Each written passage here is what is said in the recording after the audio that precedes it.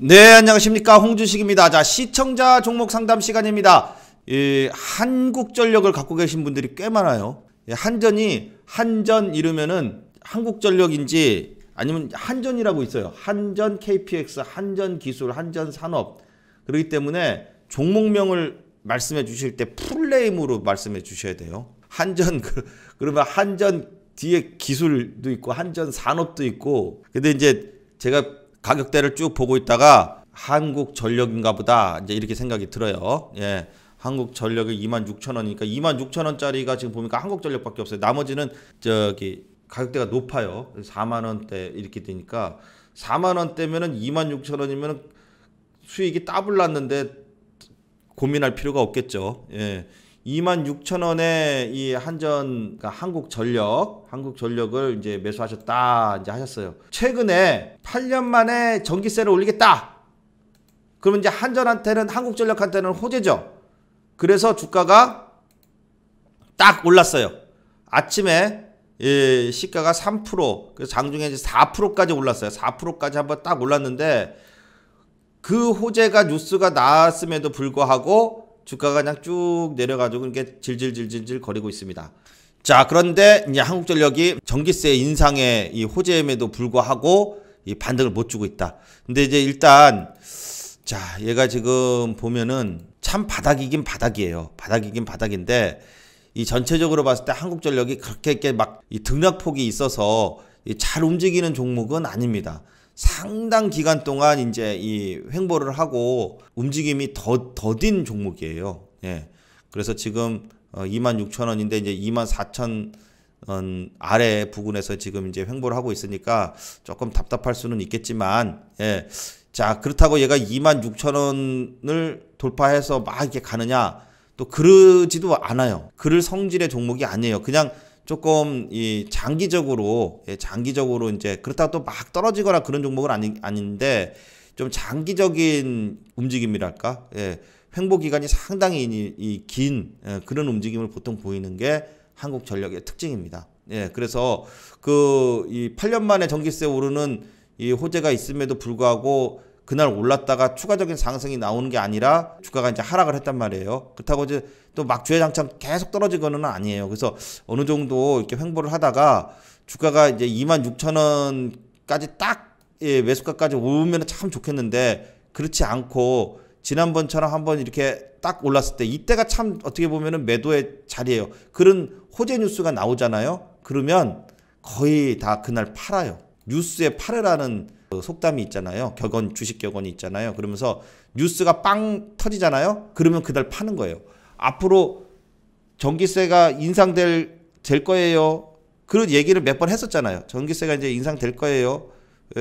그럴 가능성이 있어요. 이런 거는 앞으로 인상이 될 거니까 한국전력이 이 주가가 올라갈 수 있겠구나. 그런 기대감이 있을 때나 이렇게 오르는 거고, 실제로 딱 되잖아요. 뉴스가 딱 발표가 됐어. 그 뉴스에 팔아라. 소문에 사서 뉴스에 팔아라. 이런 주식 격언이 있잖아요. 그 얘기예요. 그래서 26,000원 근방까지라도 이제 기술적인 반등이라도 좀 나와서 반등이 나오면 비중을 좀 많이 줄이세요. 비중이 커요. 40%면. 비중을 좀 줄이고 손실이 이제 좀 줄어들잖아요. 손실이 조금 줄어들게 되면은 다른 종목으로 좀 교체를 해서 손실을 메꾸시는 게 훨씬 더 빠릅니다. 지금 비중도 워낙 크시고 주가의 움직임이 상승 모멘텀이 지금 없어진 상태이기 때문에 횡보한 다음에 그렇다고 막 주가가 막 떨어지거나 그러진 않아요. 그런 종목은 아니에요. 그래서 어느 정도 반등이 좀 기술적으로 나왔을 때 중심선 부근이나 전고점 정도까지만 오더라도 여기서는 좀 비중을 좀 반등이 살짝 나왔을 때 비중을 확 줄이시고 다른 종목으로 좀 교체 매매하시는 것이 훨씬 더 좀 좋을 것 같습니다. 그래서 한국전력은 반등 시에 매도 그리고 종목 교체를 하는 편이 좀 좋을 것 같다고 조언을 드립니다. 자, 다음 이제 LG 디스플레이를 많이 갖고 계신다고 하셔요. 보니까 제가 볼 때 LG 디스플레이가 이때 한참 이제 올 상반기까지 좋았어요. 쫙 올라갔어요. 아마 이때 이제 매수를 하신 것 같아요. 그리고서 이제 최근에 주가가 이제 쭉 떨어지고 있죠. LG 디스플레이를 23,100원. 예. 여기 이제 사셨다고 했어요. 예, 23,100원이면은 23,100원 부분이면 여기인데. 그죠? 예. 아마 이제 올라갈 때 사셔가지고 올라가서 좋다 그러고 있다가 이거를 맞은 건지, 아니면 이제 조정 시에 산다고 사서 이 반등을 노렸는데 반등이 안 나오고 이제 줄줄줄줄줄 이렇게 떨어진 것 같아요. 제가 볼 때는 6월 달이라고 하셨으니까 이때인 것 같은데. 예. 그래서 조금 반등을 이제 나오는 듯 하다가 이제 못 나오고 이렇게 줄줄줄줄줄 떨어졌는데, 사실 이 대형주들은요, 예, 삼성전자나 뭐 LG 화학이나 또 뭐 우리가 많이 이제 제가 여러분께 설명을 드려서 알고 있겠지만은, 이 추세가 이렇게 붙잖아요. 그러면은 추세가 붙었을 때는 쭉 갑니다. 그 다음에 또 이제 추세가 딱 꺾여가지고 하락 추세잖아요. 그럼 하방으로 어느 정도는 또 가요. 이렇게 어느 정도의 관성의 법칙이랄까, 이런 부분이 이 대형주에는 많이 작용을 합니다. 그래서 뭐 이렇게 상한가 치고 빡 상한가 치고 뭐 그 다음에 급등했다가 뭐 뚝 떨어지고 이렇게 되는 움직임이 아니라, 추세를 따라서 쭉 갔다가 추세를 따라서 쭉 갔다가 이렇게 돼요. 그러면 지금 하락 추세예요. 이때 상승 추세인데, 상승 추세에서 하락 추세로 전환되는 그 전환기에 샀어요. 딱 보니까. 예.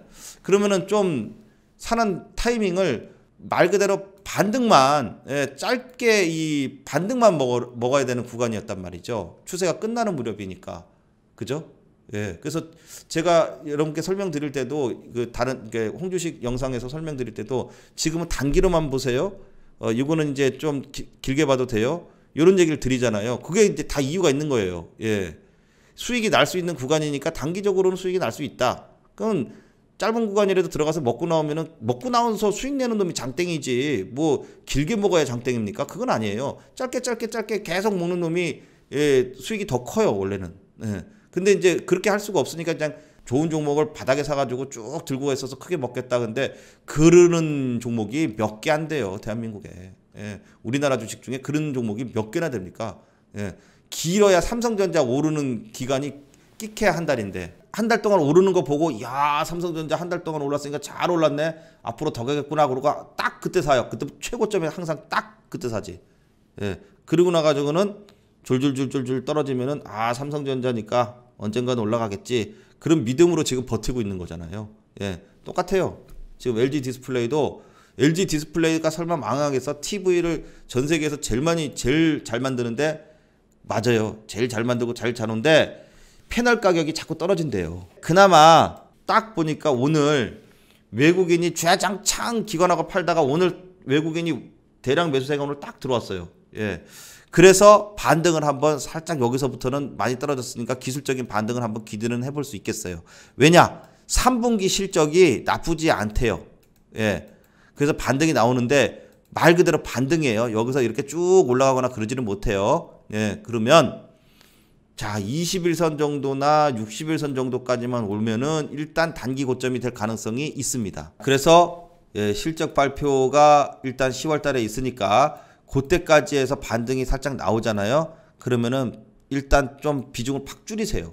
예, 줄이든지 조금 요 61선 정도, 요 정도까지 한번 반등이 나왔을 때 비중을 좀 줄이고 다른 종목으로 교체 매매하시는 게 훨씬 좋습니다. 업황이 살아나려고 하면은 이렇게 V자로 여기서 이렇게는 못 올라가요. 완전히 딱 꺾였기 때문에 역별이 완전 역별, 120, 60, 20 완전 역별이기 때문에 여기서 이렇게 뚫고 올라가는 건 없어요.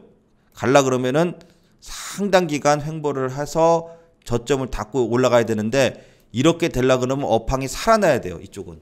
예. 근데 지금 LCD 가격이라든지 OLED 패널 쪽으로 실적이 좀 늘어나야 되는데, 이게 지금 중국 디스플레이 업체들이, 예, 공급을 엄청나게 확대를 하면서 얘네가 지금 떨어지기 시작을 한 거거든요. 그러니까 중국을 이겨야 되는데, 중국이 워낙 그 싼 거를 갖다가 그냥 값싼 이 패널을 막 이 가격을 낮춰가지고선 내리는 게, 이 조그만 패널에서 이제 대형 패널로도 간단 말이에요. 예.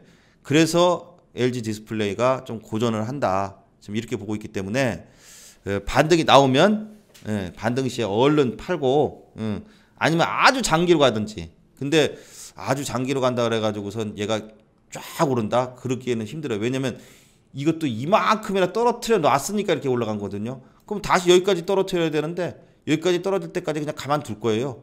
그건 아니잖아요. 그래서 반등 시에 좀 정리를 하고 다른 종목으로 교체 매매 하시는 것이 훨씬 더 좋게 느껴집니다. 자, 그렇게 해서 LG 디스플레이도 반등 시에 좀 비중을 확 줄이고 종목 교체를 하는 쪽으로 말씀을 드립니다. 자, 그 다음에 이제 부국철강을 가지고 계신 분이 계시는데, 자, 이게 이런 겁니다. 이거는 이제 이 좀 전체적인 의미로 좀 보자고 말씀을 드립니다. 자, 이 부국철강을 원래 갖고 계셨는지 어디서 사셨는지 모르겠는데, 지금 제가 볼 때 급등할 때 아마 사신 것 같아요. 7,000원.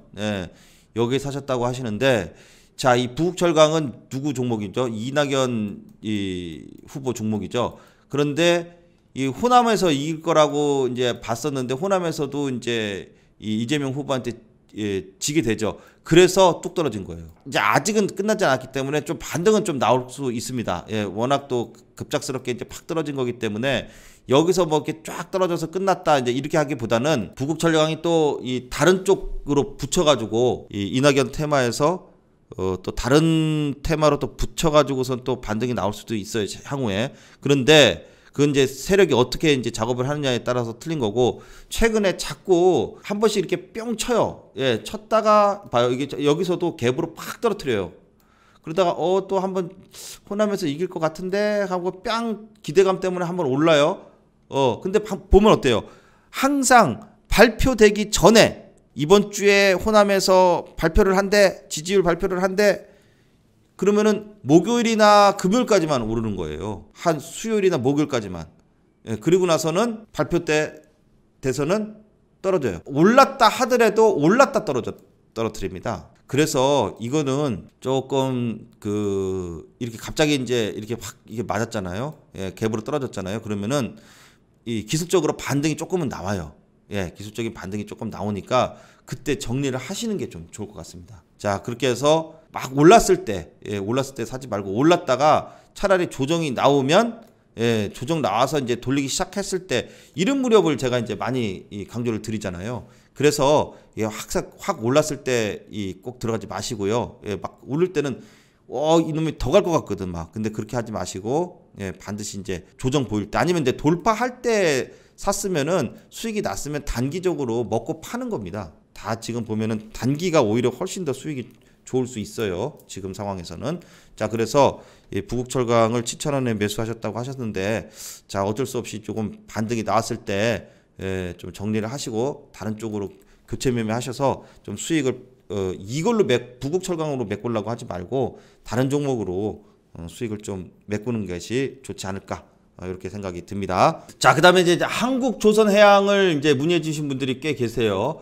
자, 이분은 지금 13만 2천원에 매수를 하셨다 그랬는데, 자, 여기쯤 됩니다. 13만 2천원이면 이쯤 되네요, 여기. 자, 그런데 이제 최근에 반등이 이제 나오는 듯하다가 현대중공업이 상장을 하면서 이걸 두들겨 맞았죠. 딱 현대중공업이 상장을 하면서 자회사가 현대중공업이고 한국조선해양이 현대중공업의 지분을 많이 가지고 있기 때문에 실적이 현대중공업이 좋게 나오면은 한국조선해양도 실적이 잡히고 현대중공업도 실적이 잡히니까 그럴 수는 없다. 그렇게 해서 한국조선해양의 이제 실적이 안 잡히게 되면은 한국조선해양이 좀 불리한 게 아니냐, 이렇게 되면서 이 주가가 이제 팍 내렸단 말이에요. 그런데 한국조선해양, 현대중공업 아니어도 잘 먹고 잘 살 수 있습니다. 그래서 주가가 지금 이게 빡 떨어졌지만 이제 더 이상 밀리지 않고 이제 횡보하기 시작을 했어요. 그래서 13만 2천원이면은 여긴데, 반등이 나오게 되면은 한참 동안 횡보를 하더라도 서서히 반등이 나올 겁니다. 그러면서 항상 지금 최근의 종목들이요, 악재가 터지면서 거래량 터지면서 급락한 종목들이 어떻게 가고 있습니까? V자로 반등이 안 나와요. 횡보를 한참 하다가 하나씩 이평선을 갖다가 다 끌어내려 놓고선 조금씩 올라가기 때문에 한참 정도의 시간이 걸릴 것이고, 반등이 나오게 되면은 일단 박스권을 유지했던 것이 12만원대 정도 되기 때문에 일단 올라오게 되면 12만원대까지는 반등의 소지가 있을 수 있으나 바로 올라가기는 좀 힘들어 보입니다. 물론 12만원까지도 지금 여기서 이렇게 12만원까지 올라온다가 아니고 어느 정도 기간을 한참 동안 이제 바닥 다지기가 돼야 돼요.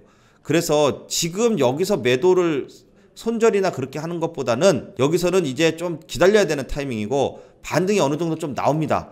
나와서 최소 뭐 20일선이나 60일선 정도까지가 이렇게 오게 되면은 이런 부분에서 반등이 나올 때 비중을 좀 줄여서 빠져나오시는 전략이 좋지 않을까 이렇게 보여집니다. 물론 기간적으로 나는 길게 들고 가도 상관이 없다고 하신다면은 좀 길게 보는데 비중이 많다. 비중이 너무 많은데 한국조선해양이 이제 걱정이다. 그러면은 이 좀 반등이 나왔을 때 비중을 조금씩 줄여가면서 그 돈으로 다른 종목으로 투자를 해서 손실을 좀 메꿔 나가는 그런 전략도 상당히 좀 좋지 않을까 이렇게 생각이 듭니다. 자, 그래서 한국조선해양은 지금은 매도 자리라기보다는 반등을 기다려야 되는 자리고 반등 시에 21선, 61선 부근에서의 비중 조절, 비중 축소 이러면서 종목 교체를 말씀드리겠습니다. 자, 그래서 오늘 시청자 종목 상담 영상들 좀 살펴봤고요. 시간 관계상 다 못한 종목들은 또 개별적으로 또 상담 드리도록 하겠습니다.